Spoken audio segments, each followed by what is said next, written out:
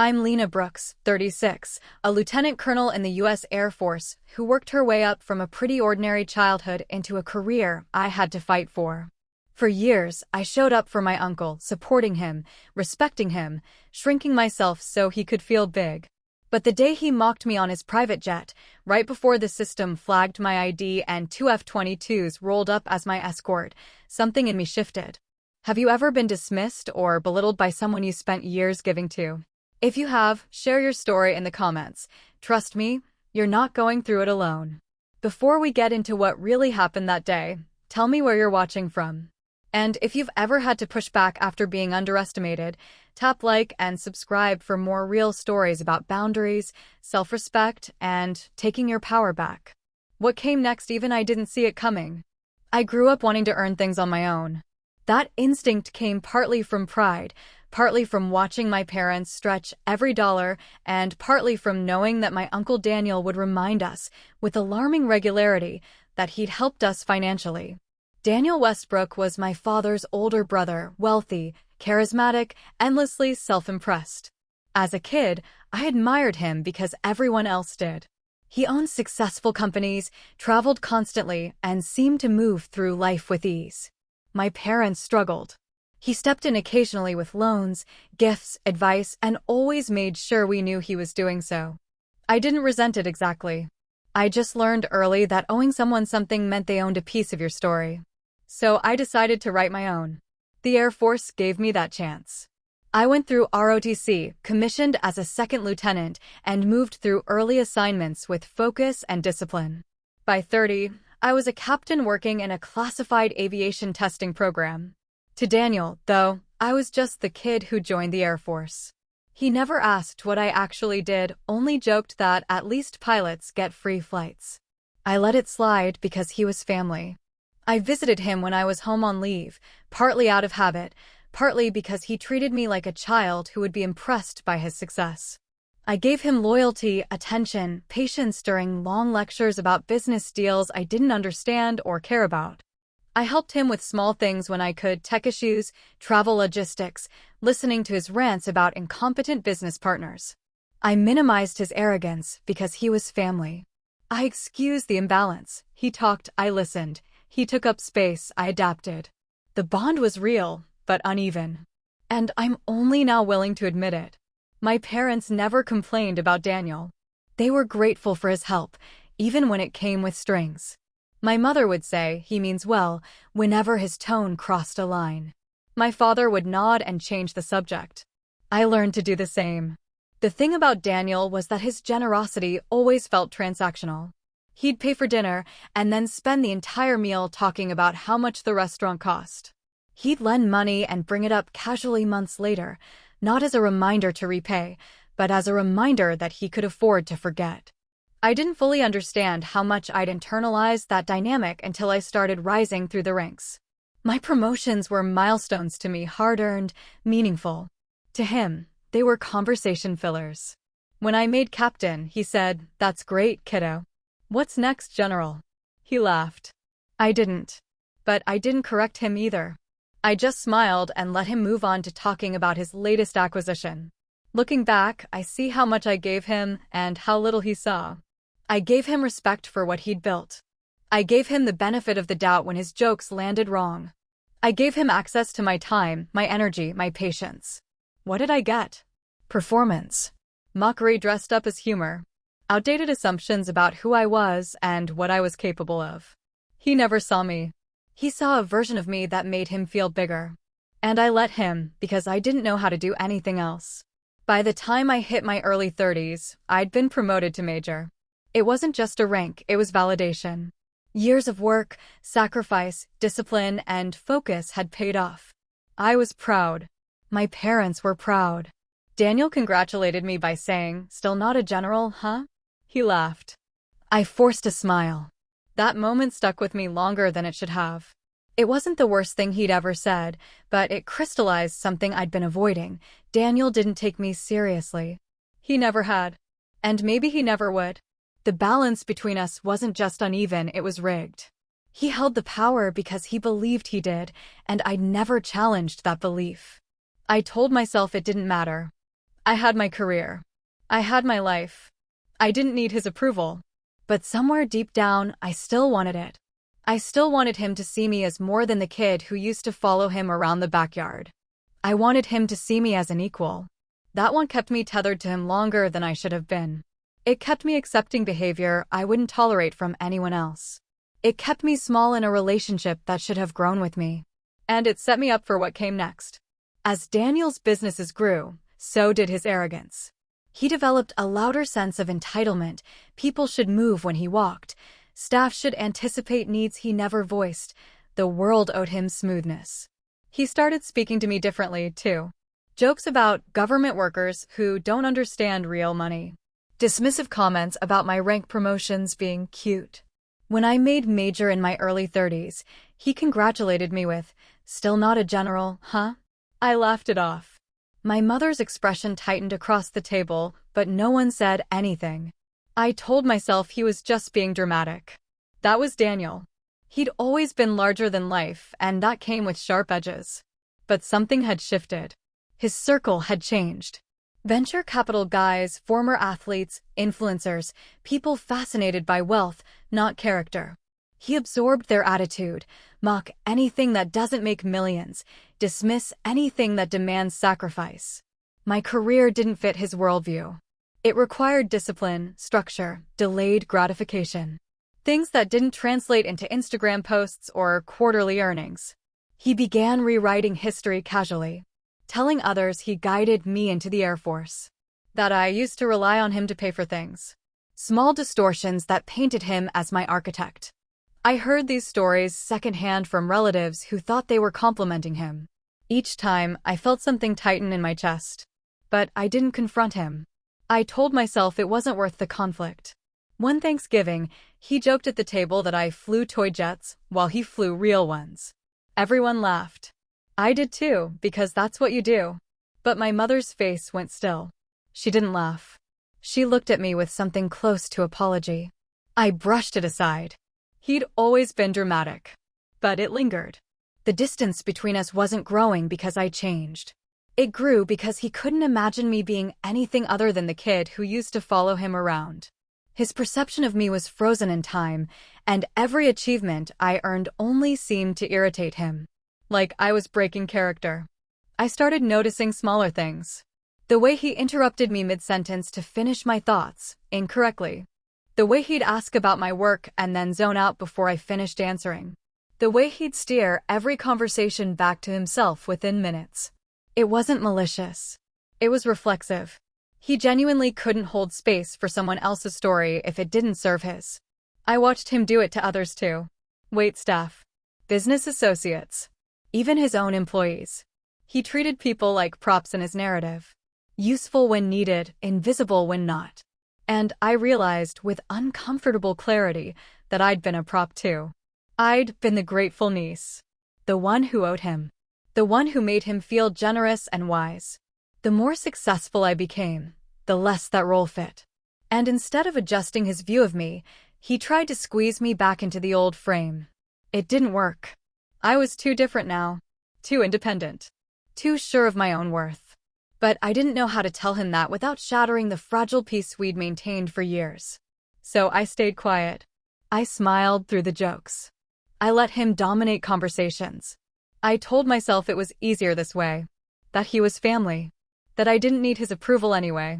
But the truth was simpler and harder. I was afraid. Afraid of conflict. Afraid of disappointing my parents. Afraid of being the one who broke the family dynamic. So I absorbed his arrogance and minimized my discomfort. I made myself smaller so he could stay big.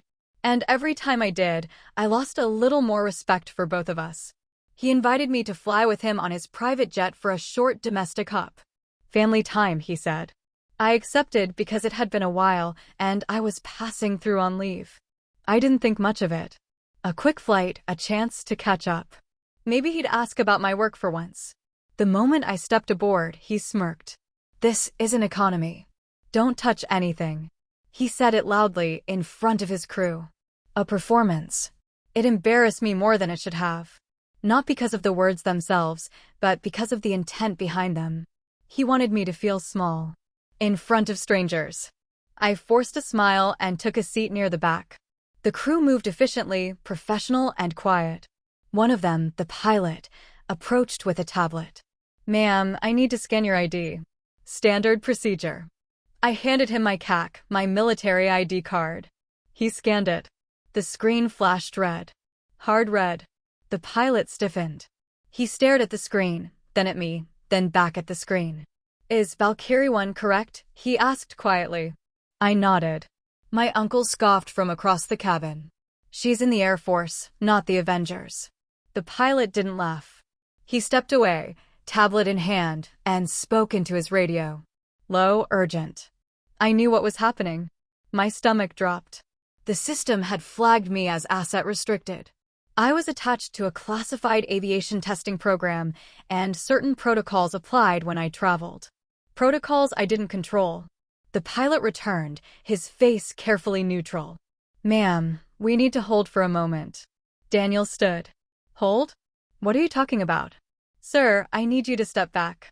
The pilot's tone left no room for argument. Daniel's face flushed. "This is my plane. I'm not stepping anywhere." The pilot ignored him and spoke into his radio again. Moments later, the cabin door opened. A security officer stepped inside, followed by two others. They moved with quiet authority, positioning themselves near the exits. Then I heard it. The low, unmistakable rumble of jet engines. Not from inside the plane. From outside. Daniel moved to the window. His face went pale. Two F-22 Raptors taxied near the tarmac, engines low but purposeful. They weren't there by accident. The security officer approached me. "Ma'am, your escort is here." Daniel's mouth fell open. He looked at me, then at the officer, then back at the Raptors. "Escort." His voice cracked. "What the hell is going on?" The officer didn't answer him. He addressed me. "We'll need to transfer you to a secure transport. This flight can't proceed as scheduled." I nodded. I stood.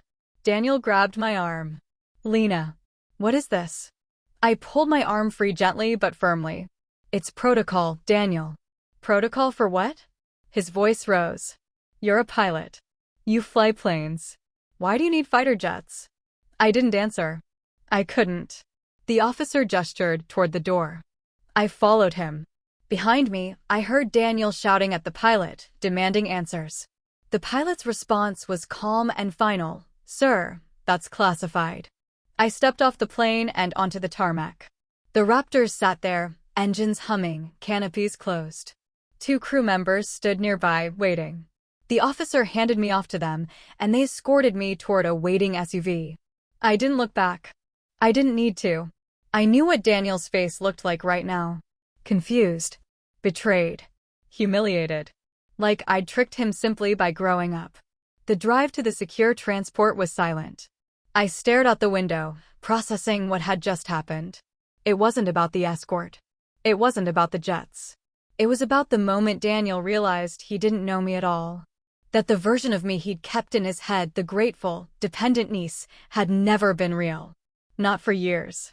And the truth of who I'd become had just landed on him like a freight train. I felt a strange mix of emotions. Relief. Anger. Sadness. But mostly clarity. This was always going to happen.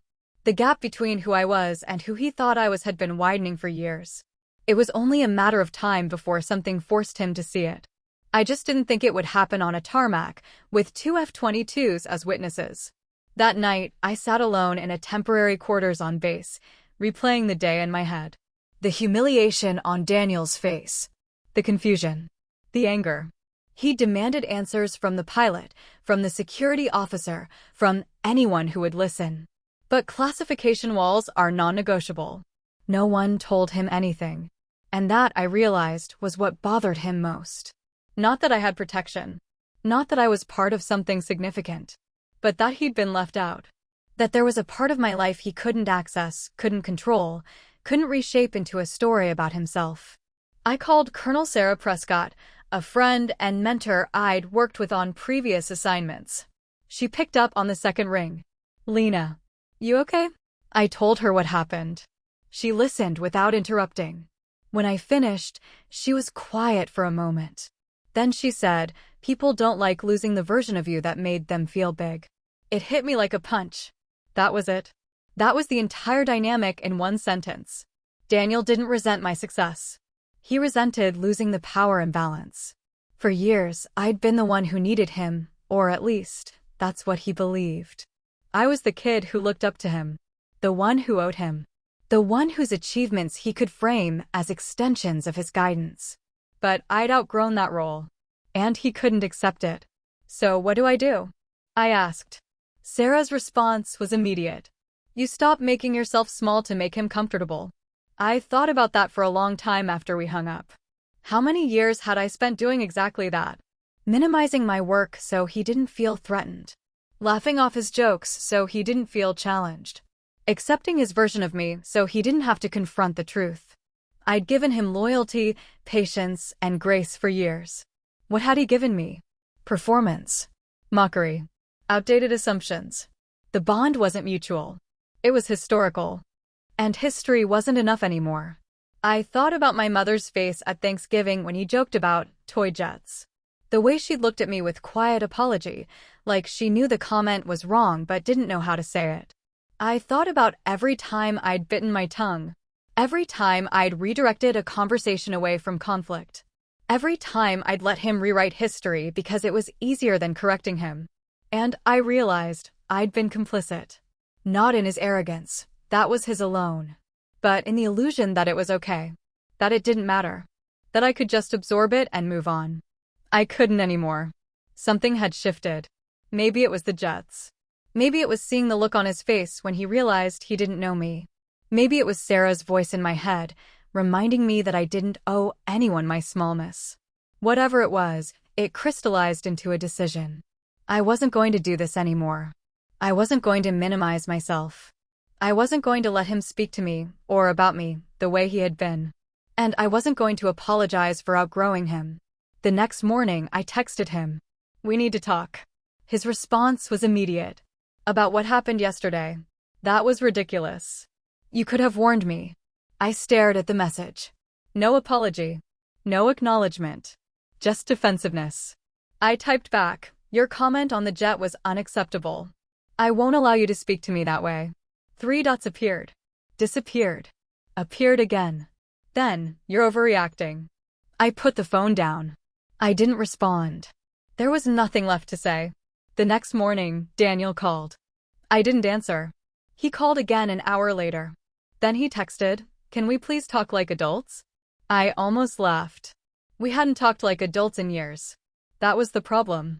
I waited until the afternoon, then called him back. He answered immediately. "Lena. Thank God." "Look, yesterday was unacceptable," I said. That's the word I'd use. He paused.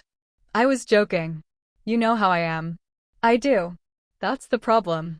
He exhaled sharply. "So what, you're mad at me now? Over a joke?" "It wasn't a joke, Daniel. You wanted to embarrass me in front of your crew. And you did." Silence. "Then, that's not what I was doing." "Then what were you doing?" More silence. I could hear him shifting, the rustle of fabric. He was uncomfortable. "Good.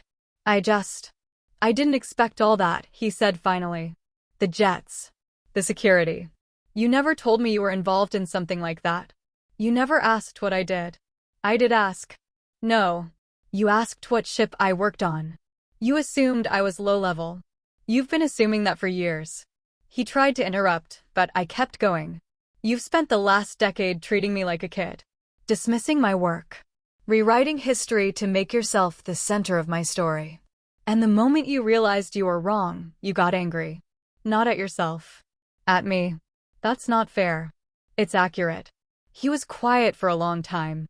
"Then, I helped you, Lena. I helped your family. You wouldn't be where you are without me." And there it was. The trump card. The thing he'd been holding onto for years. I took a breath. "You did help us. And we were grateful. But gratitude doesn't mean I owe you my smallness. It doesn't mean you get to treat me however you want." "I don't." "Yes. You do." My voice was calm, but firm. "You talk over me. You dismiss my work. You make jokes at my expense." And when I finally set a boundary, You bring up old favors like I'm supposed to stay quiet because of them. He didn't respond. I'm not doing this anymore, I said. If you want to be in my life, you need to treat me with respect. Adult to adult. Not elder to child. Not creditor to debtor. Equals. And if I don't? His voice was sharp now, defensive. Then we don't have a relationship. The line went quiet. I could hear him breathing. Then, without another word, he hung up. I sat there, phone in hand, staring at the screen. My hands were shaking. Not from fear. From relief. I'd finally said it. I'd finally drawn the line. And it felt like breaking the surface after being underwater for too long. An hour later, my mother called. Lena, what happened? Daniel just left. He said he needed space. I told her. Not everything, some of it was classified. But enough. She listened. When I finished, she sighed. He means well, honey. Does he? She didn't answer right away. Then, quietly, he's been good to us. I know. But that doesn't give him the right to treat me like I'm still 12. She was silent. I could feel her discomfort through the phone. Mom, I'm not asking you to pick sides. I'm just asking you to understand that I can't do this anymore. I know, she said softly. I don't want the family to fall apart. It won't. But it has to change. She didn't argue. But I could hear the worry in her voice. After we hung up, I sat in the quiet and let the weight of it settle. I'd set a boundary. A real one. And it had cost me something. Maybe it would cost me more. But I couldn't go back. I wouldn't. Weeks passed. Daniel didn't reach out. Neither did I. My parents mentioned him occasionally, carefully, like they were walking on glass. I didn't ask for details. I didn't need them. I heard through my mother that he was stressed. That work was difficult. That he'd been short-tempered with staff. None of it surprised me. His world had cracked, and he didn't know how to fix it. Friends had teased him about the jet incident. Word had spread, not details, but enough. Your niece needed fighter jet escorts, someone had joked at a dinner party. He'd laughed it off, but my mother said he'd left early. His temper flared more easily now. Impatience with people who used to amuse him. Overreactions to minor inconveniences. The illusion of control had cracked, and he was scrambling to reassert it. But I wasn't there to absorb it anymore. I'd stepped back. Not angrily. Not dramatically. Just completely. Calls went to voicemail. Texts got brief, polite replies. I wasn't punishing him. I was protecting myself. My work continued. I moved through assignments with sharper focus, better sleep, more patience with my team. Without the weight of managing Daniel's ego, I had energy for other things. Running before sunrise. Quiet coffee on my balcony. Calling friends without feeling guilty about time. Small joys I'd forgotten I liked. I also started noticing patterns I'd missed before. How much I'd minimized myself in other relationships. How often I'd accepted less than I deserved because it was easier than conflict. Daniel wasn't the only person I'd been too patient with. He was just the loudest example. I started setting boundaries elsewhere.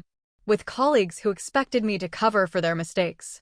With relatives who treated my time as infinitely flexible. With anyone who assumed my kindness meant I had no limits. It felt strange at first. Uncomfortable. Like I was being difficult.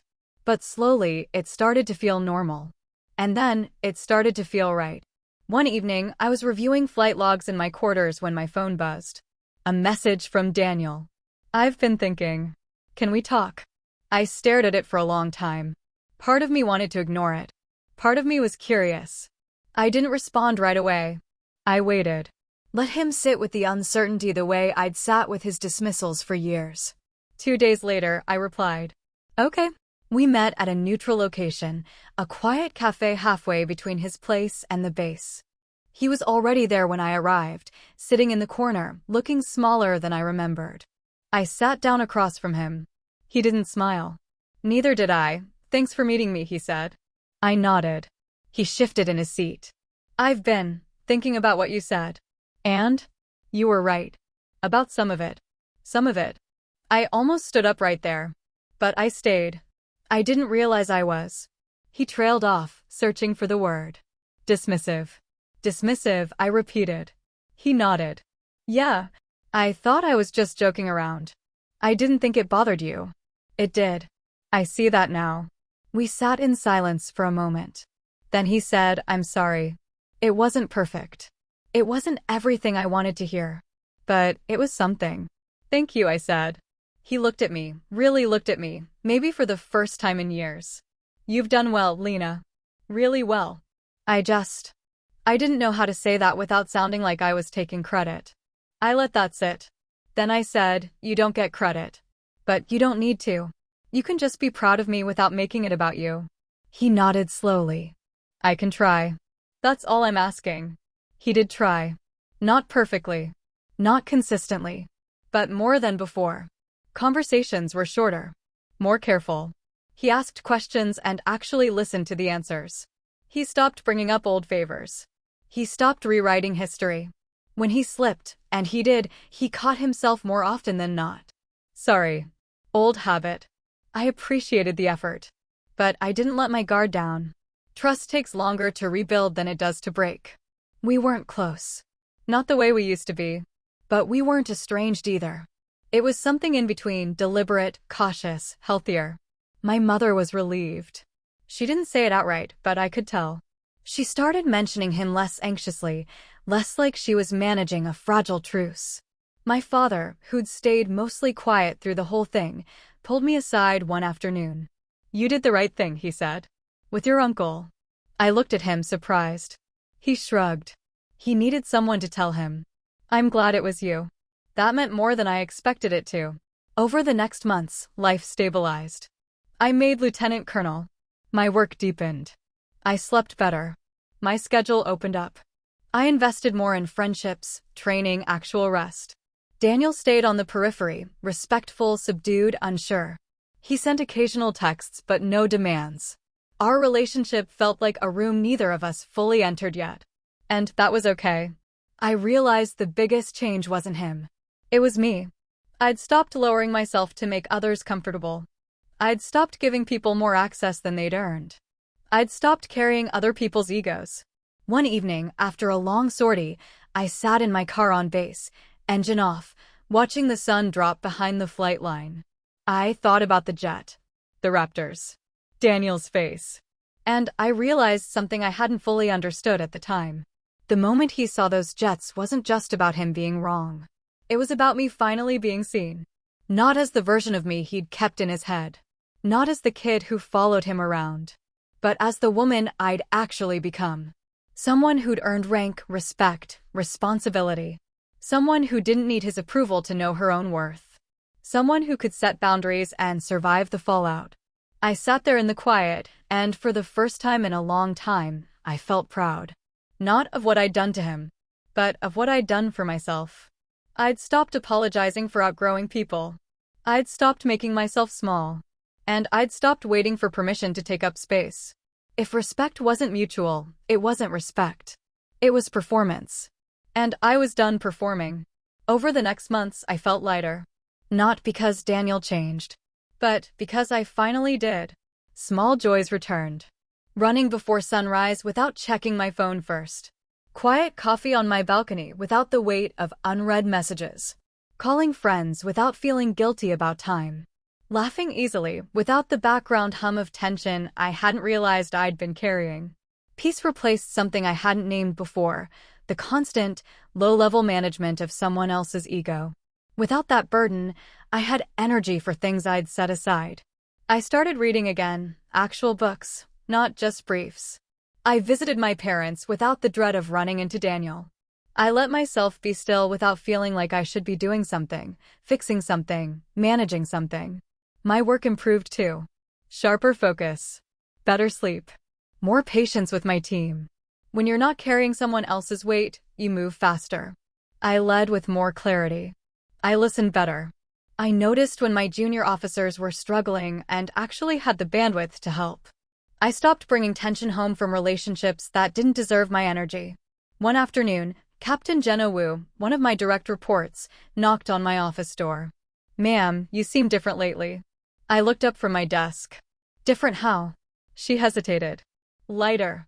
"I don't know. You just seem more you." I smiled. Thank you. She left, and I sat there, turning the comment over. More me. That was it, wasn't it? For years, I'd been editing myself, softening my edges, making space for people who didn't make space for me. I'd been trying to fit into a version of myself that other people preferred. The grateful niece. The patient one. The one who didn't make waves. But that wasn't me. Not really. The real me set boundaries. Called out disrespect. Refused to shrink. The real me didn't need to be smaller to make others feel bigger. And finally, I was letting her exist. I thought about Daniel less. When I did, it wasn't with anger or resentment. Just distance. Like a chapter I'd closed. He texted occasionally. Short messages. Hope you're well. Saw something that made me think of you. I responded politely but didn't linger. I didn't owe him more than that. One evening, months after everything, I got a message from him. Longer than usual. Proud of you, kid. I mean that. I stared at it for a while, waiting to feel something. Relief. Validation. Closure. But what I felt was quieter. Simpler. I realized I didn't need his validation anymore. I could accept it without shrinking. I could let it exist without letting it change me. I typed back, thanks, Daniel. And that was enough. I thought about the woman I used to be. The one who absorbed jokes at her expense. The one who minimized herself to keep the peace.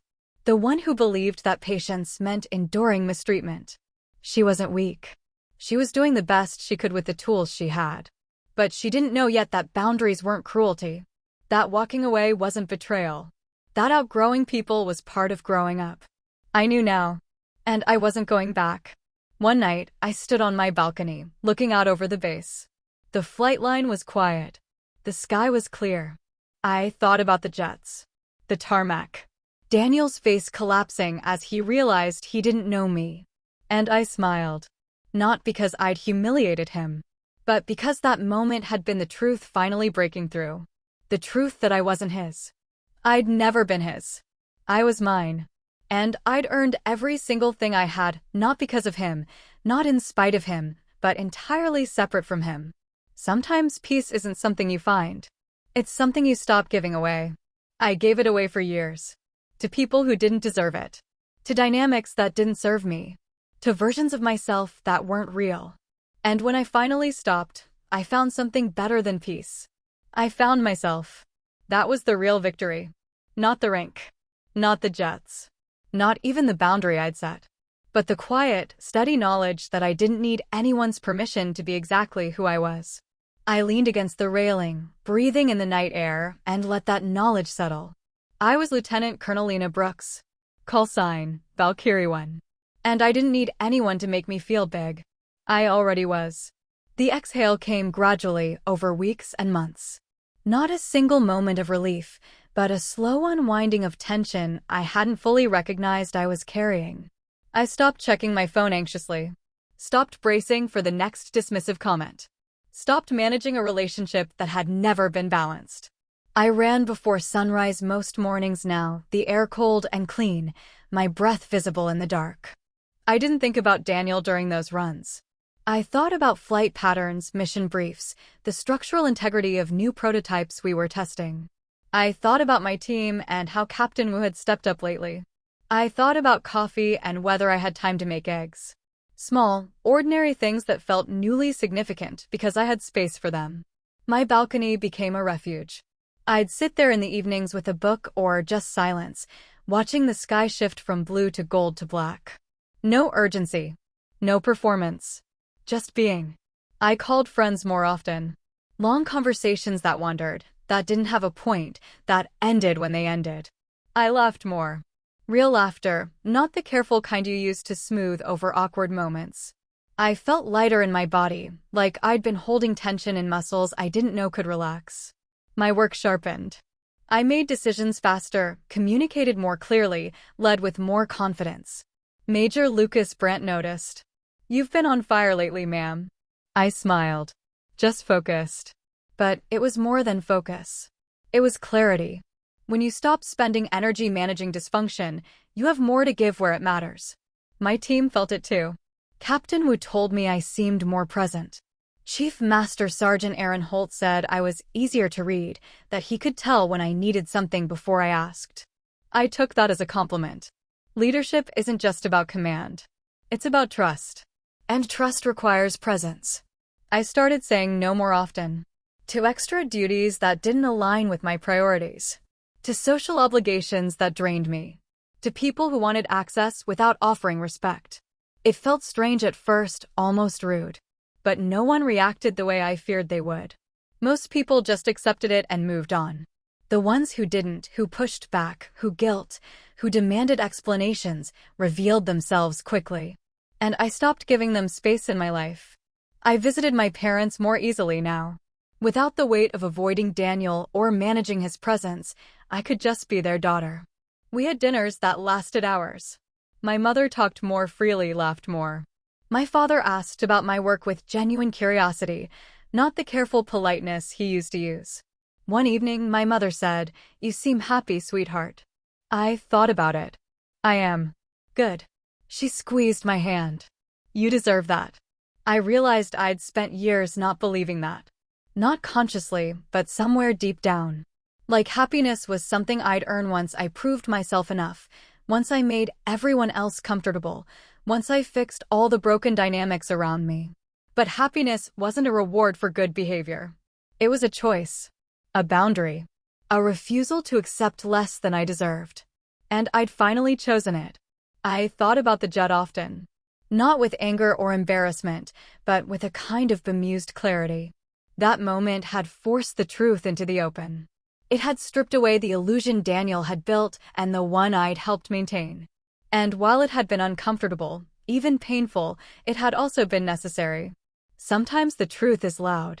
Sometimes it arrives with fighter jets and flashing red screens and the sudden, undeniable evidence that you are not who someone thought you were. I didn't regret it. Not the boundary I'd set. Not the distance I'd created. Not the discomfort it caused. I regretted the years I'd spent shrinking. But I couldn't go back and fix those. I could only move forward differently. And I was. One Saturday afternoon, I was at the base gym when I ran into Colonel Sarah Prescott. She was leaving as I was arriving. "Lena, you look good." "Thanks. I feel good." She studied me for a moment, then smiled. "You did it." "Did what?" "Whatever you needed to do." I laughed. "Yeah, I guess I did." She clapped me on the shoulder. "Proud of you." Those words landed differently than they used to. I didn't need them. But I could receive them. I could let them exist without letting them define me. "Thanks, Sarah." She left, and I went inside, and I lifted weights until my muscles burned and my mind went quiet. Afterward, I sat in my car, sweaty and tired and completely at peace. My phone buzzed. A text from Daniel. "Proud of you, kid." I mean that. I stared at it for a long time, turning it over, examining it for subtext, for performance, for the subtle reclaiming of credit he used to weave into everything. But it seemed sincere, simple. And I realized something quietly powerful. I didn't need his validation. I'd spent years chasing it, minimizing myself to earn it, accepting crumbs of recognition like they were full meals. But I didn't need it anymore. I could accept it without shrinking. I could let it exist without letting it change me. I typed back, "Thanks, Daniel." And I meant it. Not because he'd given me something I needed, but because I could afford to be generous now. I had enough. Enough confidence. Enough self-respect. Enough clarity about who I was and what I was worth. I didn't need to withhold kindness to protect myself. I just needed to maintain boundaries. And I would. I put my phone away and started the car. The sun was setting, painting the sky in shades of orange and pink. I drove home slowly, windows down, letting the cool air rush in. I thought about the woman I used to be. The one who absorbed jokes at her expense. The one who made herself small to make others big. The one who believed that loyalty meant enduring mistreatment. She wasn't weak. She'd been surviving. She'd been doing the best she could with the understanding she had. But she'd learned. She'd grown.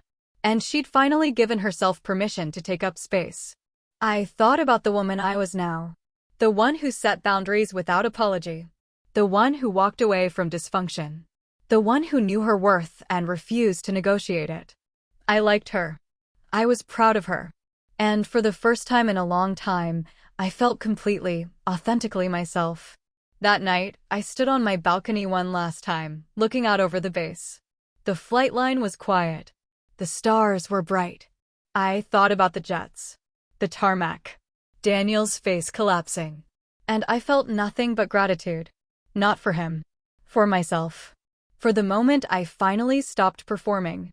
For the boundary I finally set. For the life I finally claimed. Sometimes peace isn't something you find. It's something you stop giving away.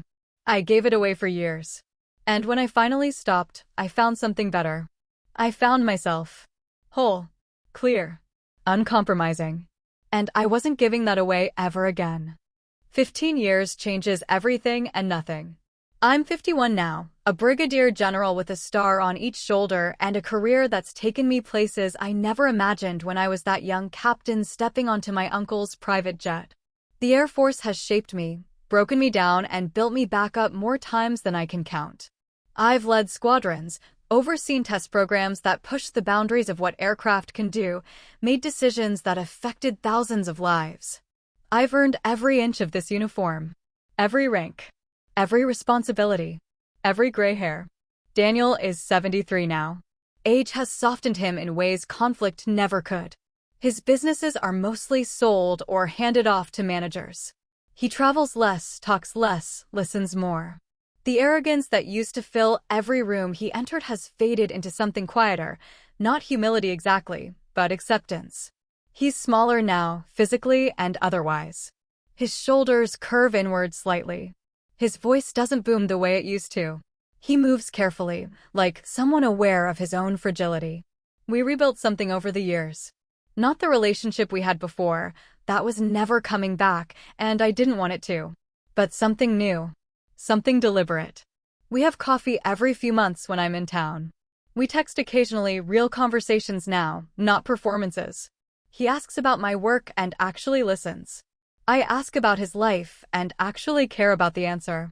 It's not close, but it's real. And that's worth more than closeness built on lies. My parents are older too. My father is 82, my mother 79. They've slowed down considerably, but they're still sharp, still them. My father still reads 3 newspapers a day. My mother still tends her garden with obsessive precision. They're proud of me in a way they express more freely now, like they've finally given themselves permission to take credit for raising someone successful without worrying it sounds like bragging. I visit them more now. Not out of obligation, but because time feels finite in a way it didn't when I was younger. I've seen enough loss in the military to know how quickly people disappear. How suddenly the chance to say something passes. So I visit. I sit in their living room and drink tea I don't really want. I listen to stories I've heard a dozen times. I help my father with tech issues he could probably figure out himself if he had the patience. I watch my mother fuss over meals she insists on making even though I tell her we could order in. These moments used to feel like duties. Now they feel like privileges. Daniel comes up sometimes during these visits. My mother mentions him more freely now, without the careful tension she used to carry. Your uncle asked about you, she'll say, and it's just information, not a negotiation. My father will add something dry, he's getting old. Thinks he's 20 years younger than he is. We laugh. It's easy now. The jet incident has become family folklore. My mother's friends still ask about it occasionally, wide-eyed, like it's a movie plot. My mother tells the story with pride now, not anxiety. My daughter, she says, and there's weight in those words. Ownership. Not of me, but of her role in who I became. I let her have that. It's true anyway. My career reached heights I didn't dare imagine when I was younger. Brigadier General. 1 star. There aren't many women at this level, and fewer still in aviation. I don't think about that every day, I can't, or I'd never get anything done, but sometimes it hits me. Usually when I'm addressing a room full of officers, and I see a young woman in the back, watching me the way I used to watch the senior officers I admired. Eyes bright. Hungry. Trying to see herself in my position someday. I always make a point to talk to those young women afterward. Not to give them some grand speech about breaking barriers, they're tired of those. But to tell them something real. Something useful. You're going to have to set boundaries people won't like, I tell them. Do it anyway. Their faces shift when I say that. Relief, usually. Like I've given them permission for something they thought they weren't allowed to do.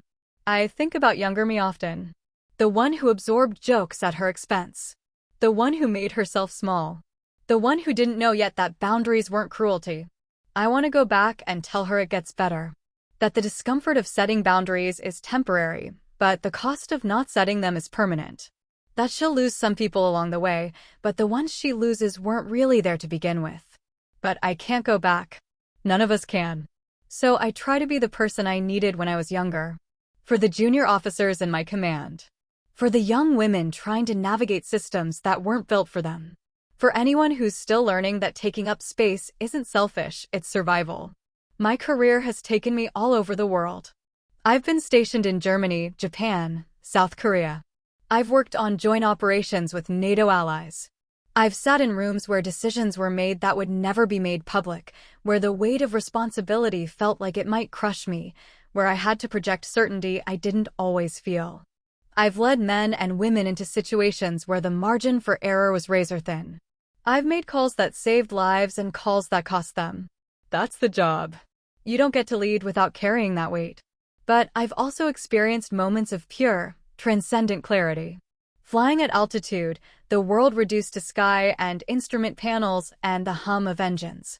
Watching a test flight succeed after months of failures. Seeing a junior officer I mentored make rank. Standing on a tarmac at dawn, coffee in hand, watching the sun come up over a flight line full of aircraft I helped design. Those moments don't erase the hard ones. But they balance them. They remind me why I do this. I've had relationships over the years. Some serious, some not. None of them stuck. Not because of the career, though that didn't help, but because I learned to recognize dysfunction early now. I learned to walk away before I got too invested. Some people call that self-protection. Others call it fear of commitment. Maybe it's both. I'm okay with that. I'd rather be alone and whole than partnered and diminished. I have friends, though. Real ones. Colonel Sarah Prescott retired 2 years ago, but we still talk weekly. She lives in Colorado now, hikes every day, sends me photos of mountains I'll probably never see in person. Major Lucas Brandt, now Colonel Brandt, commands a wing in Nevada. We grab dinner when our paths cross. Chief Master Sergeant Aaron Holt retired last year after 35 years of service. I flew out for his ceremony. We got drunk afterward and told stories that would horrify our PR department. These people know me. The real me. Not the rank. Not the accomplishments. Just me. That's rare. I protect it. I've also stayed close with Captain Jenna Wu, who's now a lieutenant colonel herself, stationed in Alaska. She calls me every few months to vent about the cold, about bureaucracy, about the same frustrations I dealt with at her rank. I listen. I validate. I remind her she's doing better than she thinks. Because someone did that for me once, and it mattered. Last year, I was invited to speak at the Air Force Academy graduation. It was a huge honor, something I'd never expected. I stood at that podium looking out at hundreds of young faces, so earnest and hungry and terrified and excited, and I remembered being them. 22 years old. Commissioning day. My parents in the audience, crying. My uncle there too, smiling in that proprietary way he used to, like I was his project coming to fruition. I didn't mention him in my speech. I didn't mention the jet incident. I talked instead about leadership, integrity, resilience. About the difference between authority and respect. About how the best leaders make people feel capable, not small. About how you can't lead others if you haven't learned to lead yourself. It was well received. Cadets came up afterward to shake my hand, to thank me, to ask questions. One young woman, barely 22, asked me how I handled people who didn't take me seriously. I looked at her for a long moment.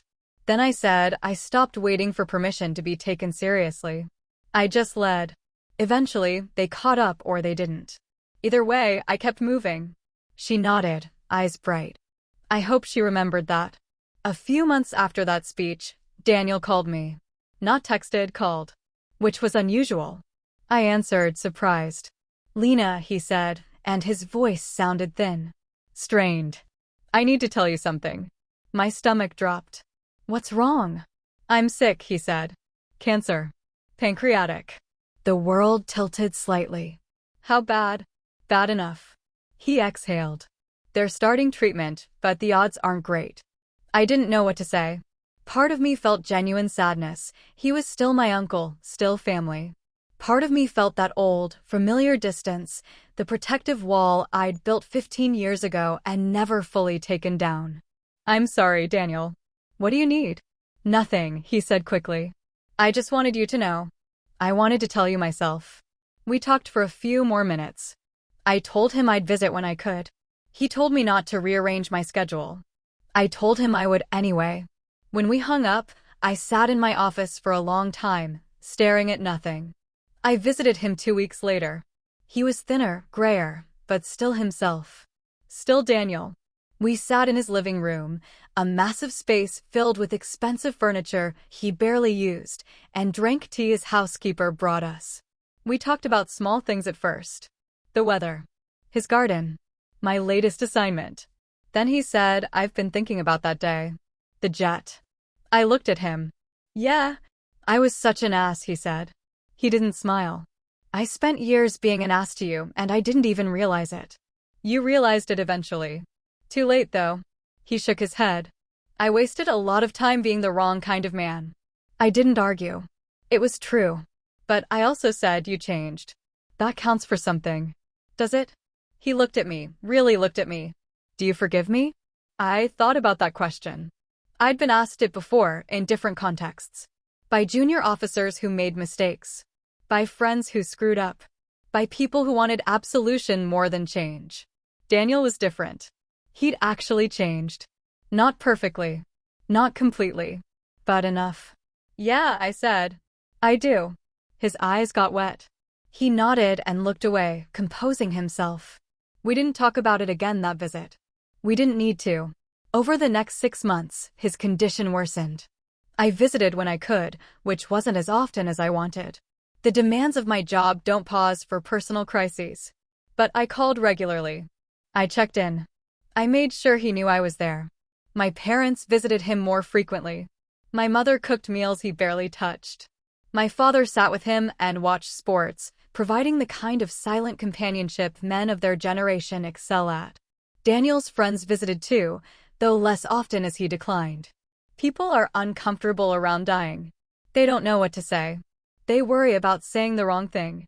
So they stay away, and the person dying gets lonelier. I didn't stay away.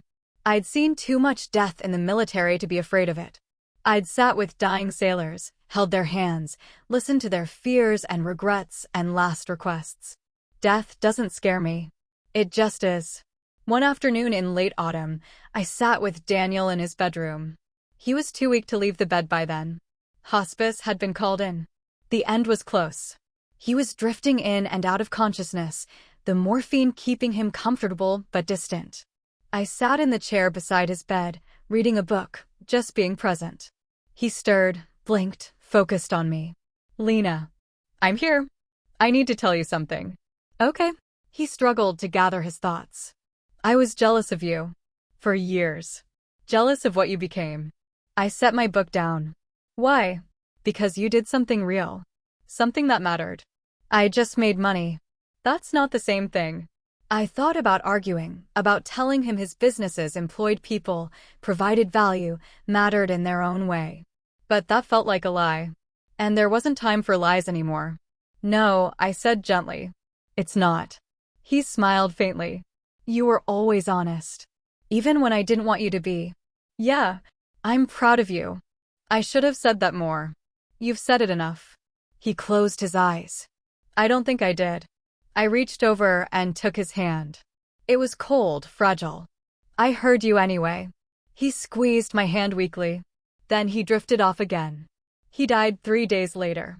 Peacefully, according to the hospice nurse. My mother called me early in the morning. I was on base, about to head into a briefing.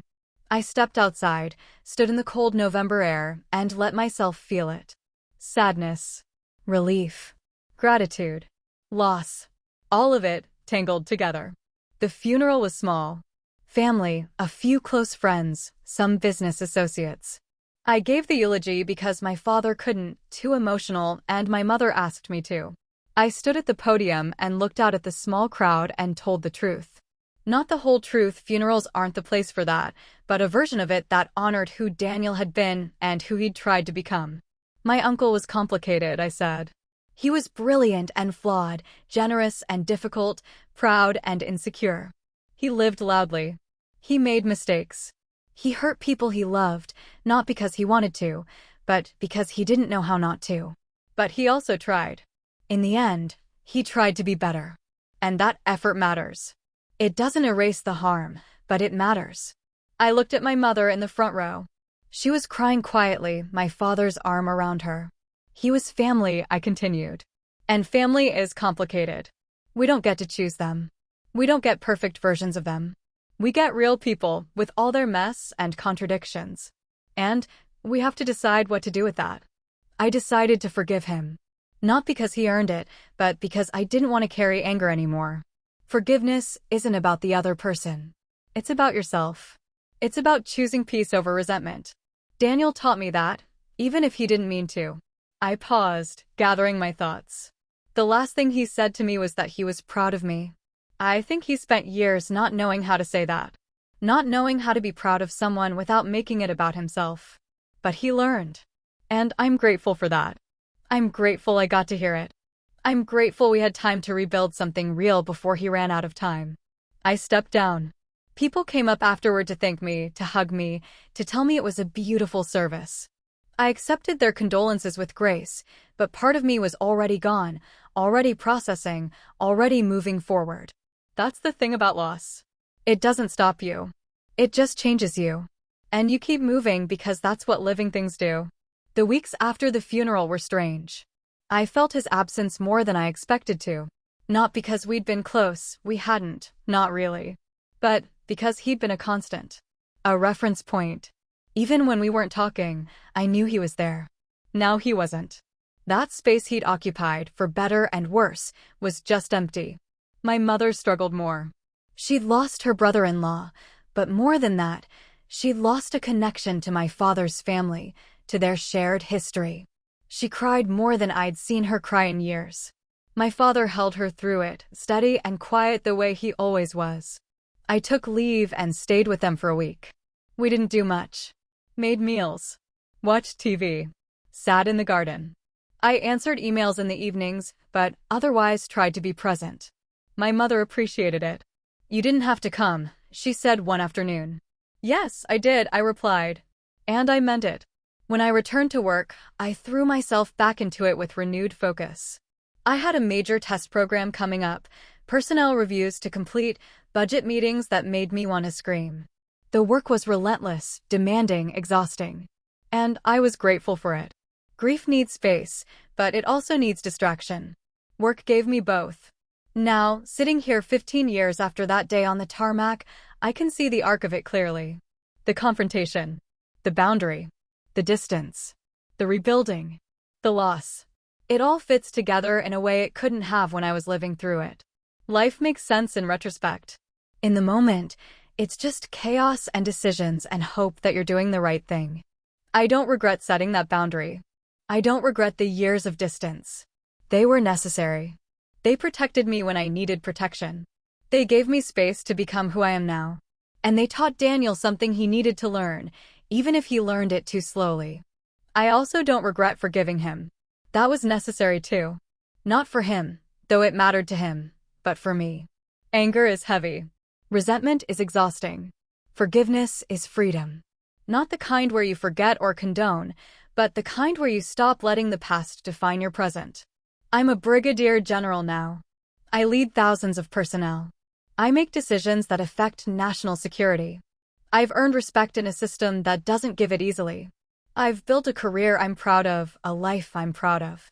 And none of that would have happened if I'd stayed small to make other people comfortable. The young woman who stepped onto that jet 15 years ago didn't know that yet. She was still learning. Still figuring out where her boundaries were. Still believing that loyalty meant enduring mistreatment. She was doing her best with the tools she had. But she learned. She grew. And she became someone who doesn't apologize for taking up space. Someone who sets boundaries without guilt. Someone who walks away from dysfunction without looking back. Someone who forgives when it serves her, not when it's expected. That's who I am now. And I'm proud of her. Last week, I was cleaning out some old files and found a photo from that day. Someone had taken it on the tarmac, probably base security. It shows me standing between two F-22 Raptors, the sun behind me, my face calm and unreadable. I look small next to those aircraft. But I don't look diminished. I look like I belong there. I framed that photo. It sits on my desk now, next to my parents' wedding photo and a picture of my team from my last command. When I look at it, I don't think about Daniel's face collapsing. I think about the moment I stopped apologizing for who I'd become. The moment I stopped waiting for permission to be seen. That moment changed everything. Not because of the jets. Not because of the drama. But because it forced a truth into the open that had been buried for too long. I had outgrown the version of me that other people preferred. And I wasn't going back. I lean back in my chair, looking at that photo, and I smile. 15 years later, I'm still that woman. Still standing between the jets. Still refusing to be small. Still moving forward. And I'm not done yet. That's how everything unfolded, one moment of disrespect on a jet turning into the way-up call I didn't know I needed. Now I'm curious. Have you ever had someone underestimate you until the truth finally hit them in the face? Have you ever had to pull back your energy from someone who took it for granted? Drop your story below. I read every comment. And if you want more real, first-person stories about boundaries, self-worth, and choosing yourself, hit like, subscribe, and share this with someone who needs that reminder today. See you in the next one.